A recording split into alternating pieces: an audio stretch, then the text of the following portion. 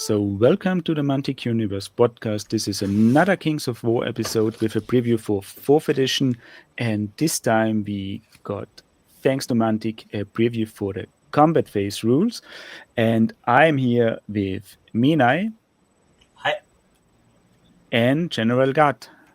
Hello there. Hi guys.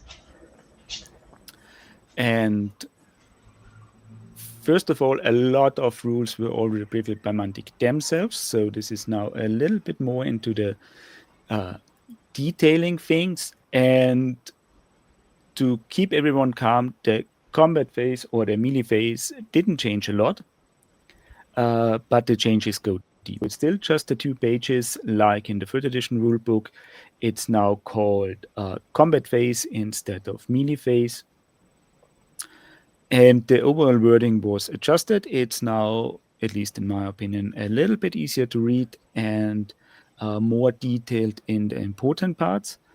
And like striking or all the text that was previously in the intro section is now under striking on how to handle if you are engaged with multiple enemies and the distributing of attacks, which is one of the changes that happened, that units are now able to split their attacks among all engaged targets, with the change that random number of attacks and artifacts are determined before you split the attacks. So you know how many attacks you will have before you choose your targets, and you need to announce which target is influenced by the artifacts your units carry.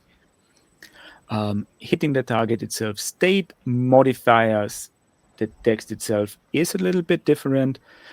Now is a -1 for hindered, plus any other rules that are affecting on an additional -1, and the text for hinder charges is now there in more details, with the bigger difference that it's now mentioning that it's also including when pivoting, aligning to facing, or sliding to center through the terrain, you are also hindered, which is a little bit more clear than it was before. So as long as you're moving through any terrain on your charge, you are hindered now. And the last part being the combat outcomes, which previously was just the after combat results, with the target being routed and the charges regroup, or the target is that you are wavering and you remain engaged, with optional withdraw rules that none of us really use because we are in Central Europe and Asia not using the optional rules preview. So this haven't affected us. And the part for disordered is gone now, which means because I don't assume that those are in all or in any, they don't move this part to somewhere else. So we can assure that disordered is not part of the core rules anymore. And it makes sense because the combat outcomes are now either the target remains. If your unit did not manage to rout every enemy they were engaged with, they simply remained engaged with them.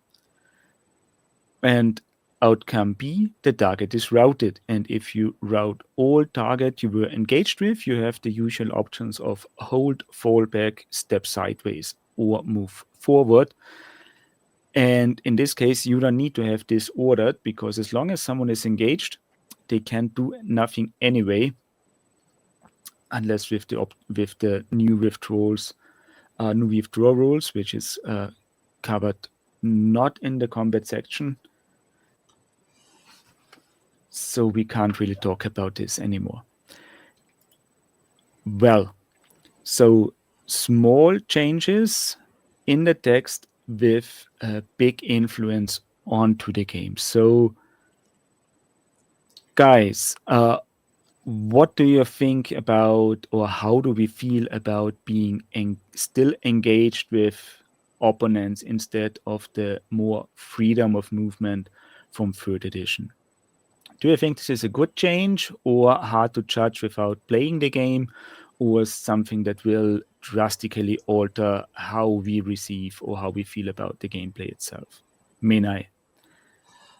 I think it can be punishing because it mentions you need to roll all enemies to do something like fall back or change the facing. So if you kill the enemy in front and have an enemy on the side, does that mean you next turn you still get a charge in the side?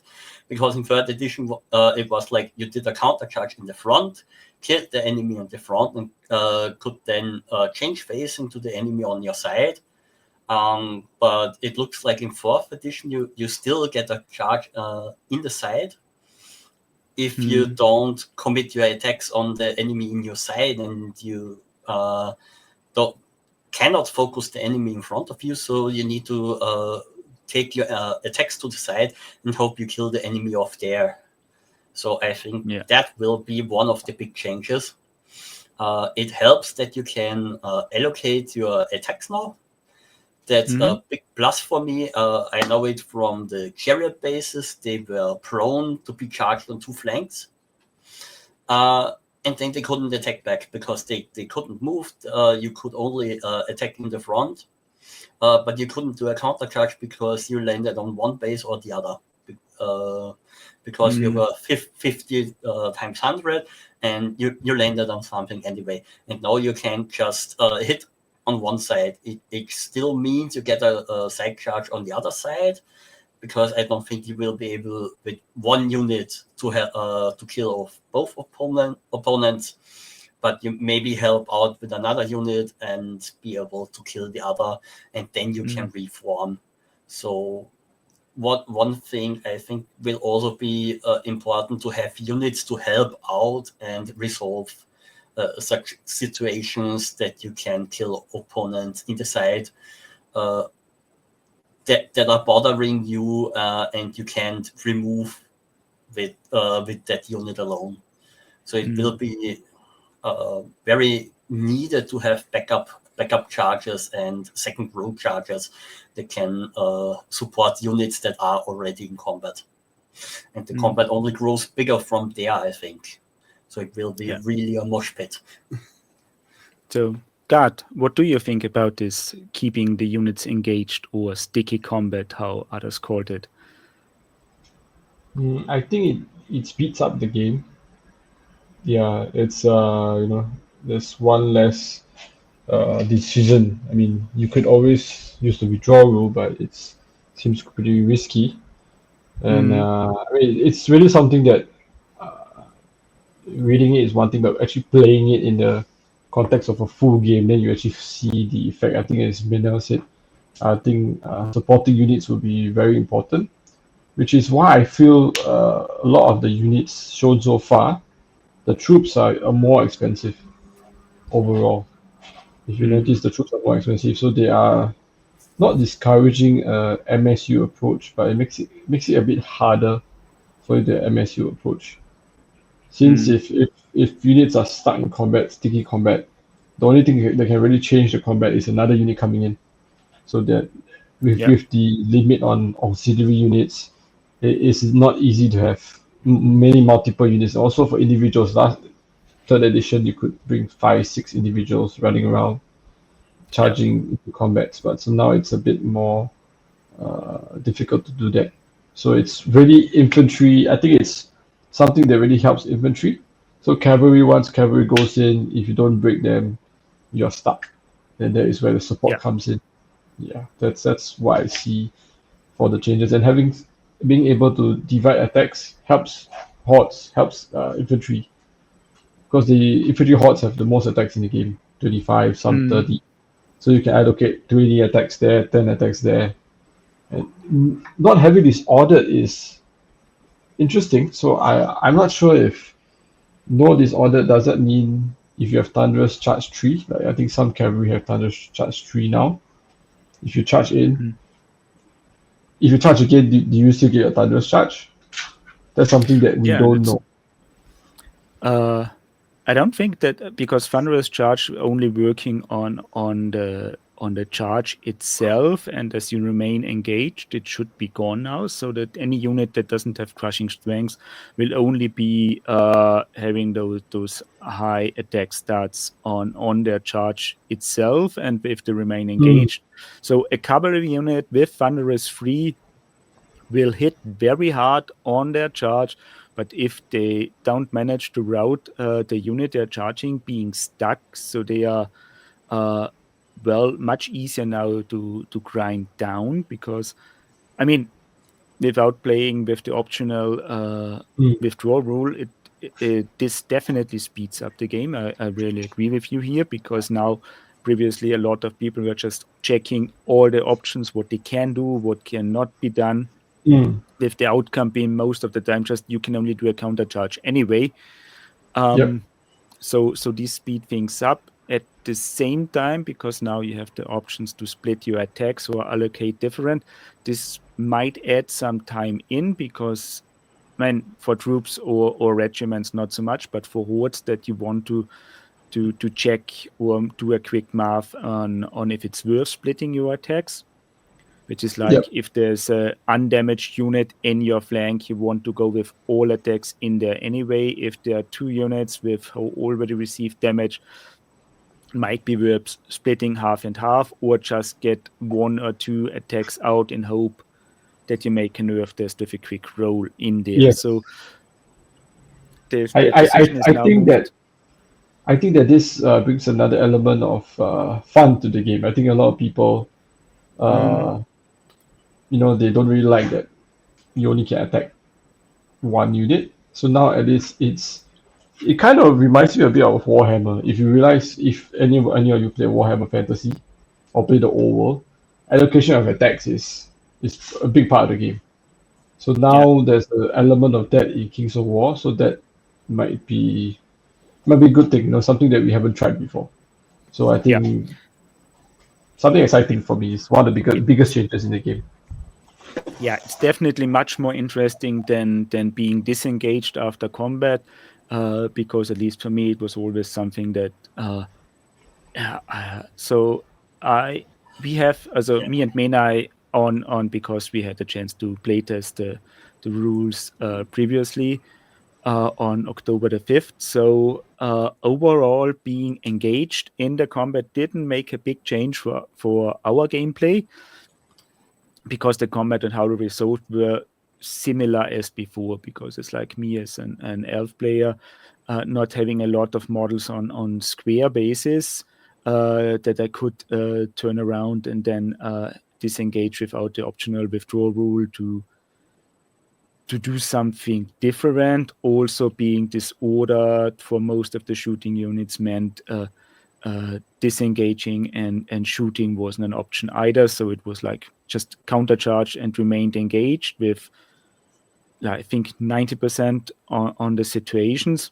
So this it is a big change for the game, but the practical outcome, at least for the average player or the beginners, won't be any different, I think, to before. While this splitting attacks now, this is I rate this one as the much bigger change, because now you really need to think about how to allocate attacks, what you want to do, which unit is easier to destroy, and how to remain, if it's worth splitting at all, especially if you play Horde. So this is like, I think we already have done the army reviews and seen some army reviews now going also in with the new force organization and how unlocks work. So hordes lost their additional unlocks for the army building and are now equal to a regiment, but with the new splitting attacks or the possibility to allocate attacks, they're still worth it to be taken, because more attacks means you're more flexible in combat.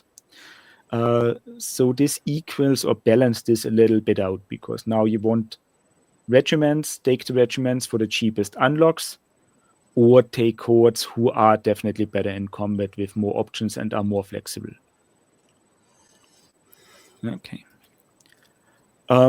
I'm not sure if this hinder charges is really a change, or if this was played already the way before, but I think that now that it is more clear that as long as you your unit goes to any terrain, be it also with sliding to center or pivoting, is now hindered. So this is like, I think also makes it easier now for new players to see what the unit, while at the same time what we know from the movement phase, that you can move around and don't need to take the shortest path. So you can it's now easier to avoid terrain. At the same time, for a good player, it's also easier to get people into terrain on the charge for these hinder charges. How do you guys think about this? God. I think it's something that we have. It's just making it a bit clearer, uh, especially aligning. So I think for a lot of us, if you touch the rail, you are hindered. There's no arguments about it. But I think I mean, it's not covered in this session, but it's said that it's easier for, as you mentioned, players to avoid the rain. So that's there's you don't have to take the shortest possible, not shortest possible, but the fewer pivots possible. Yeah. Yeah, so it's a small detail, but I think it makes a big difference how the game is played. Mm. And also it mentions a unit that has been ordered to reform is not hindered by terrain. So for sticky combat, countercharging, nothing changes in that Yes. regard. Because countercharge being gone, this isn't a thing anymore, but this reform rule, this is when you is, I think, covered by a different podcast in detail. I'm just not sure if it was the countercharge or direct misfire, but one of It those. was counter charge. Yeah. Okay. So on details for the reform rules, go to the according countercharge episode to listen to those and get explanation on those there. Menai, hinder charges, better, worse, or the same as usual? I mean, for a new, as you mentioned, for a new player, it's more understandable that you can go around terrain. I had my test games in the 3rd edition with, I want to charge them, but I don't want to go over that wall like going around. I have the movement and I have the turn, but you must go over the wall because you need to go the shortest path.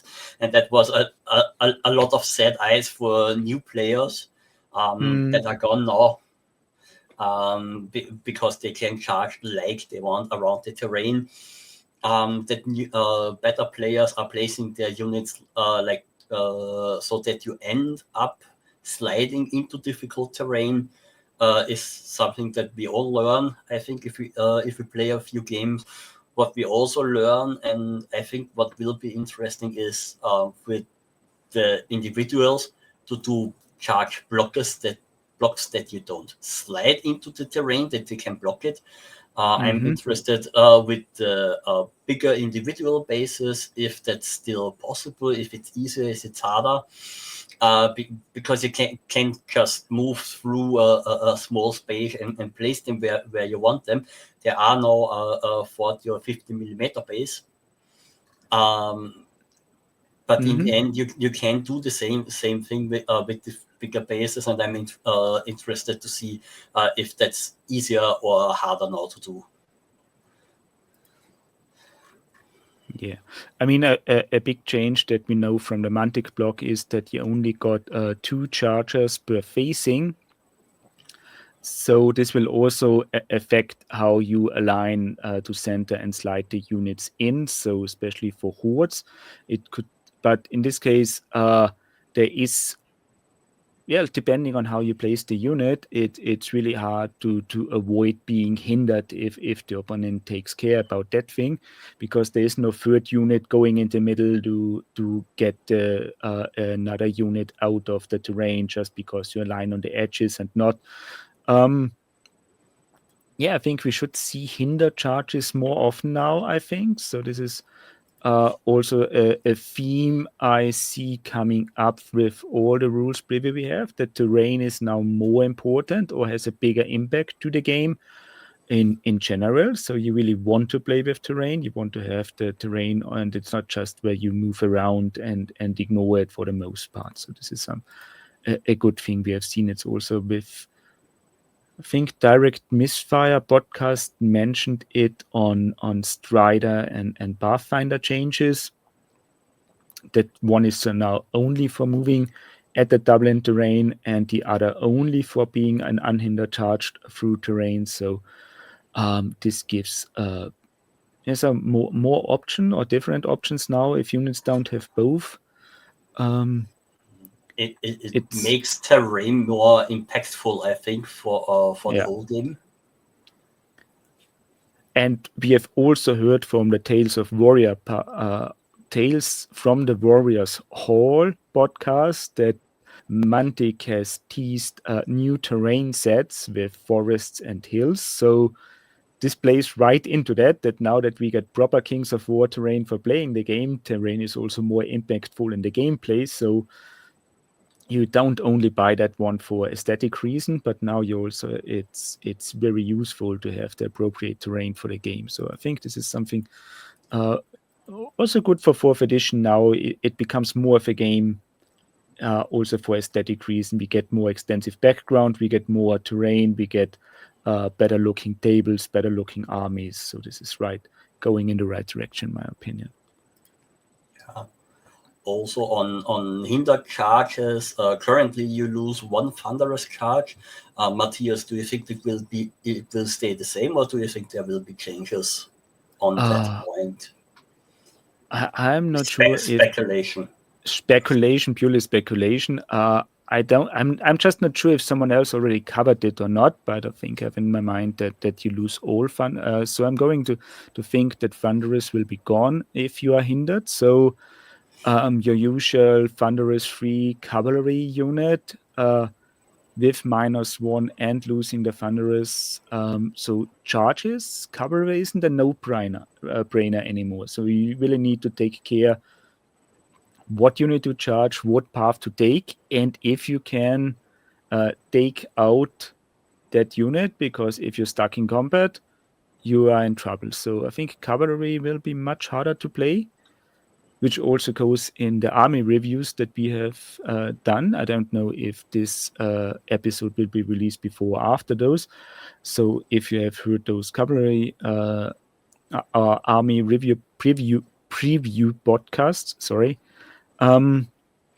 there's the possibility of taking full cavalry lists still with cavalry in the core choices, but those will be tricky to play with that, because being hindered and losing Thunderous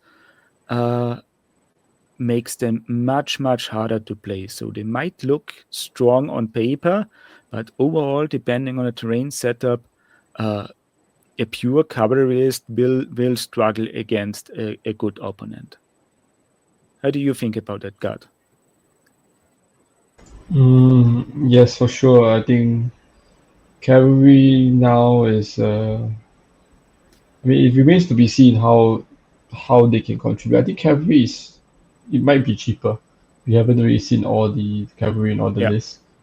And being core, if they're core, I would expect like the Basilia Knights, for example, they will be core. Yeah. So it's not using the special rules as much to differentiate the units. It's about where they sit under.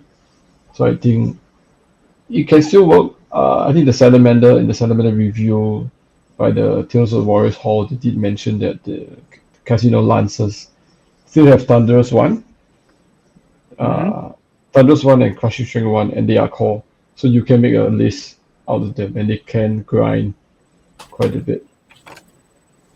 Yeah. I think this is...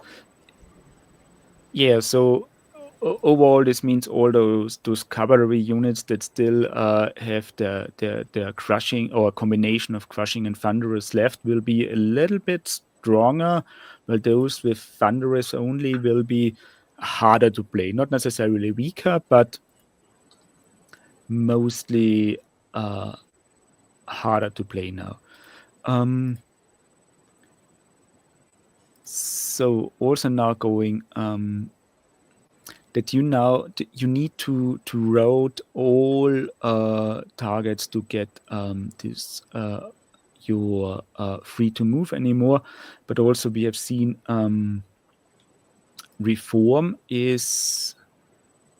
was this already covered? If you can or not. I think countercharge mentioned also explained the we already talked about it. I'm just currently looking at the example given in the combat phase picture that has a unit in the flank, and how to say that the attacking unit is attacking unit in the flank, and the other is with a unit in the side. And this is something. How to say the combat itself, I'm currently thinking about the possibilities when this multi-combat happens and what else to do. Because splitting attacks is one thing, then you can reform into the different opponents and flanking depending on which units you routed. Do you guys think the new combat will be faster in general, or is this more something like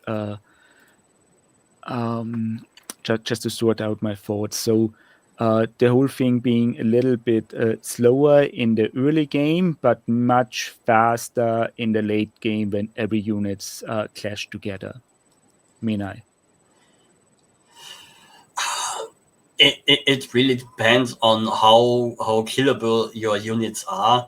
But if you end with a mega slugfest with like 6 or 7 units all in combat, I think that combat will take some time to resolve. On the other hand, smaller combats where you're in combat with 2 or 3 units will be faster because you can allocate your attacks on one target. You can focus that down and move on the next round to the next target. So it really depends on the size. And if you can break in the big multi-combat, if it's like 4 engaged units in the sides, in the back, and he has him in the side, but he's attacking him in the front with another unit in the side, it will be interesting how that allocating attacks speeds up them, because I think you can get surprising amounts of attacks in units that you didn't expect to get a lot of attacks. So, God, what do you think? Will the late game be faster that way, or is more shifting to the early game being the faster with this new changes to combat? I think initially it will take some time. First couple of games for us to get used to the new rules. Then after that, it should be quite fast. I think even if you divide attacks, it's likely to be okay. 15 attacks here, 10 attacks there, or 20 and 5. It'll be something that's you would establish quite quickly, like how many attacks you actually need for each combat. And I think being sticky, there's no 1-inch rule anymore. I think that's been revealed. So without the 1-inch rule, it makes movement a lot quicker. You can just move your unit here behind me. You don't have to make sure you're 1 inch away from the opponent. Yeah, there's no. So definitely, it would definitely make things faster from the end. So even if certain things take longer, like allocating attacks, the game is speed up by other elements. So like no wavering as well. So there'll be no units that are just standing there. There'll be like I hit you, you hit me, I hit So it's more back and forth. Yeah. So also think that there's no wavering anymore in combat. And you in stick engaged. I think this is also which helps new players. So this is less frustrating that you can't do anything. You just remain engaged. You take your damage. You can always hit back as long as the unit is still there. So this should be because this is something I often heard from new players, that because then when you have a bad dice roll and then you can't do anything with that unit anymore because you are wavered, the unit would just being gone would be like a better outcome, because now it's blocking, it can't do anything, and it's blocking your other units, which isn't now a thing anymore. But this also comes up now with the idea, how do you guys think chaff is changing now? Because like, you're definitely remaining engaged and there is no wavered. So the bad option for chaff being sticky in combat and wavered, so no counter charge, not no combined charge, not possible. Do you think it's going to change how chaff is played, or what chaff unit are going to be taken, Menai? I think chaff will be useful. Let's say take this cavalry charge. They go in with their 3+ thunderous charge and kill off the target. With the sticky combat, it's quite difficult to get out of combat. So you just send in some cheap units that have ensnare, that have high armor. I'm thinking about Placiderms with like armor 6, and just send them into the cavalry unit that stands now in front of there. From the unit they killed, even if they move back, they move back at the most 3 inches, so you can send something in there and just bind them again. I don't think they will get a second charge where they can use their thunderous again. So that, and if you do some wounds on them, they need to use the withdraw. It's a risk to use the withdraw. And even if they use the withdraw, you still have you can't just send in your unit again. So they would have. They need support in form of another unit that goes in there now after they've withdrawn. So that would be interesting to see how that plays out, to just block and deny units from having thunderous or access to flanks or something. So thinking about those new, because most core troop choices are now auxiliary units. So I think so. You mean that this auxiliary units will be the new choice for chaff in that regard. Yeah, so a cheap troop of good units that is standing next, ready for a countercharge to keep those strong cavalry units engaged. Yeah, I'm thinking of a troop of ensnarers into a troop of cavalry could be really annoying. They're hitting on 4s, wounding on 3s, and do nothing with that little troop in front of there. Yeah. That's like below 100 points, and you have your expensive 200 points cavalry units stuck there. Gad, what do you think about chaff with these changes in the rules? I'm not so sure. Chaff is more expensive now. I think the light cavalry units or units like the River Guard, I think, which we will cover in our Trident video, units that have that are able to paint, or even cheap units. I think cheap core units can still be chaff in the regiment form, and sometimes you want them to die, so you let them get charged, then you withdraw, and hopefully they die. Then that is where your other unit can come in. So that's one way of using chef now. You can send them in, let them withdraw, so you're basically luring your opponent in a bit. But auxiliary units, I think it depends on the list. If you have cheap core units, then you can bring more auxiliary units, more troops to help as chef. And with the changes to shooting, chef are a bit more reliable, especially fearless chef. Yeah, so they can't be routed unless they are devastated, which is hard to do. So fearless chef would still be quite impactful, I feel, because they can just keep moving. keep blocking. Yeah, Fearless Jeff is now a very interesting option because you definitely get them into combat, and there's no risk involved of having them. I'm just checking. Think because we have heard this from the Salamanders preview already that like the Ember Sprites, the Swarm unit is fearless. This will make them an interesting choice because being height 1, fearless, so basically immune to shooting until the opponent really invests into it to get it gone.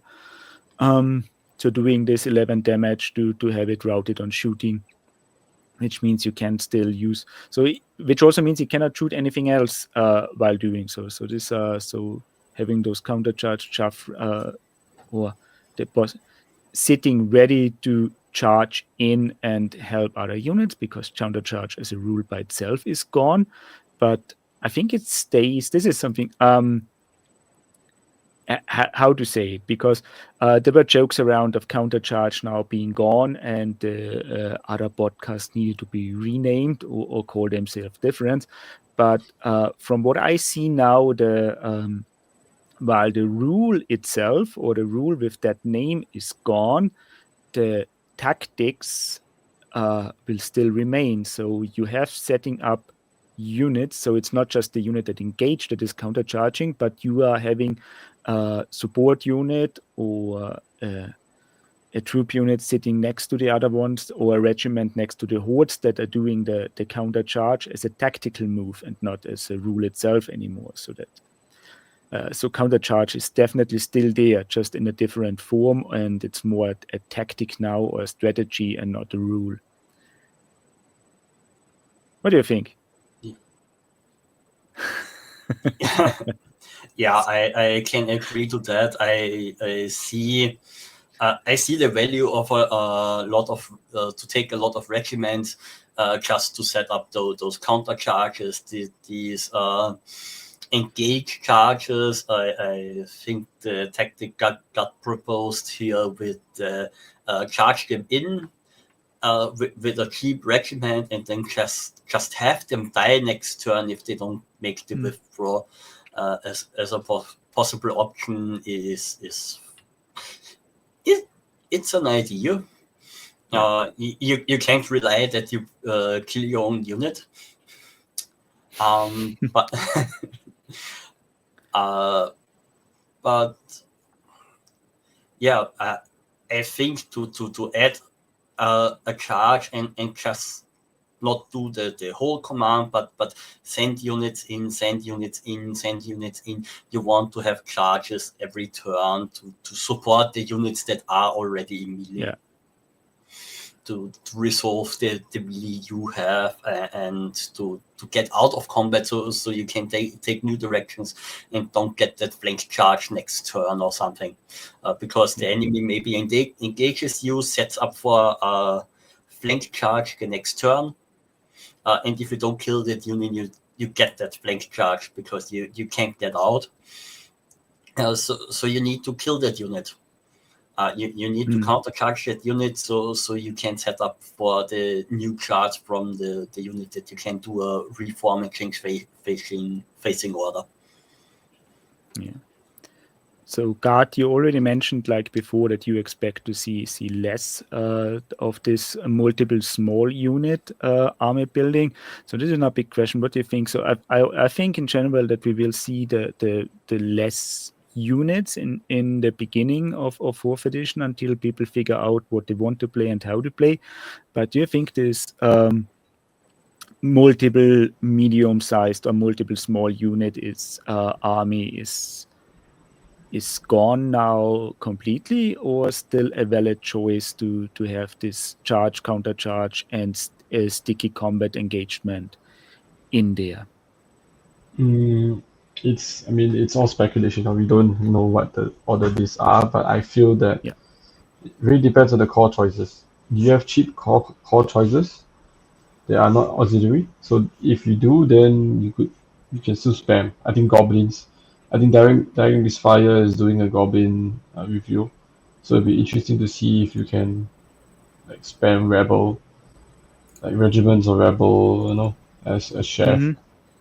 Yeah. So especially when shooting isn't that great anymore, not so impactful in the early rounds. So I mean, and also depends on the points level. I think Yeah. uh, there's a new formula. I don't know if we're going to play 2003, which was the standard for third edition, 3.5. We might start with Yeah. 2000. We might go up to 2005. It depends on the tournament organizers and what the community feels is a good number. So that also Yeah. impacts the number of units. This is something big coming up in future because we don't know what the points level will be when everything settles, because it's also a timing thing, because we want to finish our games in a reasonable time. So increasing the point sizes to an amount when games just take too long won't happen. So it might still be that we settle at 2000 points because the game overall is taking longer, or we increase to 2500 because everything is a little bit faster, and with the hero choices being expensive, this being a more reasonable game size. But yeah, this is also something with sticky combats, what to keep in mind how those things work at smaller games, like what you do in ambush with 750 or 1000 point games. There would definitely be more units, be more fun, instead of taking the one or three expensive units and have nothing on the table to stay maneuverable. So in general, so you could expect that armies, just from how the combat rule changes now, that armies at 750 or 1000 points will look different than those at 2000 points. Yeah, that's already a case that the smaller games use different different units, different sizes, and generally played different. I did not play a lot of ambush games, but I'm just thinking of nightmare games against ogres, where I just got shot down in the small ambush games. I played some frogs, but they all just got shot down. He was standing there and shooting me down, and I think the shooting changes really help out there, because you can get shot off the table in these small games anymore. I think that's also a positive change, and yeah, we'll see how those small games will work out. So, Gad, what do you think? Ambush 750 points being more fun with those new combat rules, or I mean, ambush. I think with the more expensive heroes, I think it will go up to 750. 500 seems to be a bit tight. yeah, The units, especially troops, are more expensive now. You see a lot of troops in ambush. So 750 would, maybe 800 would be a better point value, or 600 maybe. I don't know. yeah, It's we will see. we don't know. So, but I feel it's I really like the ambush boxes. This is just a side note. I think we all love the ambush boxes. They were a good Yeah. product. They sold well, but now they don't exist anymore.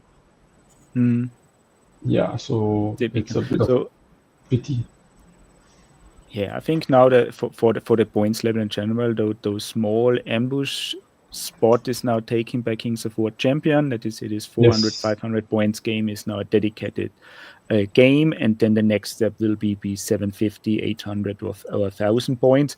And in that case, you want to have more units in there and not just the smaller units. So there will be a graduation up there, and this is also where I think just thinking now about the new multi or unit basis Mantic release that can be clipped together, so you get the troop sized bases that you clip together to regiment or hordes. So also the army building in this regard will be improved, that you can start out building your troops for the small games, where you want to have more of that, and then just clip them together to be regiments for the larger 2000 point games, where this comes in handy. or even makes hordes out of that. Okay. So, anything important for combat that we haven't mentioned yet? I think what we should mention is that the sticky combat in combination with shooting, because in third edition, if you did a counter charge on one unit, you were able to shoot on the other unit, and I think that's another hit on shooting, that units stay engaged, so you really need to use the withdraw to shoot on target. So I think on the third turn, fourth turn, but definitely in the last two turns, shooting units don't have anything to shoot anymore. What I think, right. and that's something we experienced in our test game. I think this is an interesting option, because something that I haven't really thought about, but you can flee from shooting into combat now. Yes. Because the opponent has to risk to take the nerf test, to withdraw, to free you up for shooting, but then you already need to have a lot of damage on there. So if you don't want to get wavered or want your unit to be safe from shooting, just going into a target that you know won't damage you a lot is an option to be safe from that thing now. Yeah, that's adding some tactical play I haven't really thought about yet. What do you think, Gad? Yeah, I mean, if there's no disorder, definitely there's a chance for, you can even use a spellcaster if he survives to withdraw and to shoot fireball, for example. You can use them as chef. Yeah, you go there, shoot, you charge in, even if they don't kill you, you can withdraw and shoot again. No withdraw, withdraw and shoot again. Yeah. So it's a different element that we never had, because previously if you take 1 damage, you're disordered. You can't shoot, you can't cast spells. So it's gonna be, it opens more options for players. Yeah, definitely. So I mean, it first looked, when we got the reviews on the blog, that the combat phase will be with less options and less restricted, because movement after combat is restricted now because you remain engaged. But going deeper into that, it will offer, I think, at least the same amount or more tactical options for the gameplay, not the same ones.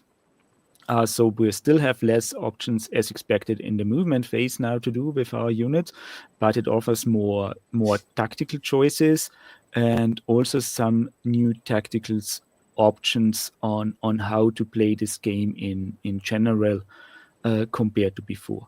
Definitely different, even though there are just some small changes in there. So I'm looking really forward to try these things out and play more games with the rules to see how armies develop, and also how this influences army building, because now your choices on unit are differently based on sticky combats. Yeah, I'm also looking forward to see how the game evolves, how the what ideas players come up with. I'm really excited for that, for all the new ideas and possibilities in the game, and what will happen on the table. And I think there will be some cool events, some positive event, and also some sad event where you roll the 6 on a withdraw and just lose your unit that you just wanted to go back with like 2 wounds on it, and you roll the 6 at it 2 times, and then it just dies. It will happen. It will happen. It will happen. So this is now something. I mean, this is something. I think that the first 6 months will be wild until people are used to the new rules and how to things. But we will get the cinematic moments definitely into the game where things are not going as planned. How do you feel about that, Gad? As you mentioned, there's more opportunity for more nerf tests means more chances of 1/1, 6. which is to me is the most fun part of the game. You will remember the double ones, you remember the double six. Yeah. Yeah, so this is I think it's a bit more random. There's more chance of random things happening, but you know, in war, in combat, things don't always go according to plan. So that is where the element of luck comes in. So to Yeah, me, it's a good it's a randomness. good thing. Yeah, it's good randomness because you have to choose to take the risk. Yeah. Yeah, yeah. So not it's not all just the dice. It's your choice depending on, and you have to take the risk. So it's about a little bit of gambling there in the game now. So if you want to take the risk or not, it's on you. Yeah, I think that this is a good kind of randomness for the gameplay that should give us exciting games and cinematic moments. Right. Sure. Yeah. So with everything covered now, I hope, dear listeners, you had fun and enjoyed this episode. If you have any further questions, comments, criticism, please leave a comment on YouTube, on Spotify, join our Discord for more, and have a good morning, day, or night whenever you're listening, and goodbye. Bye. Bye guys. See you again on MUP.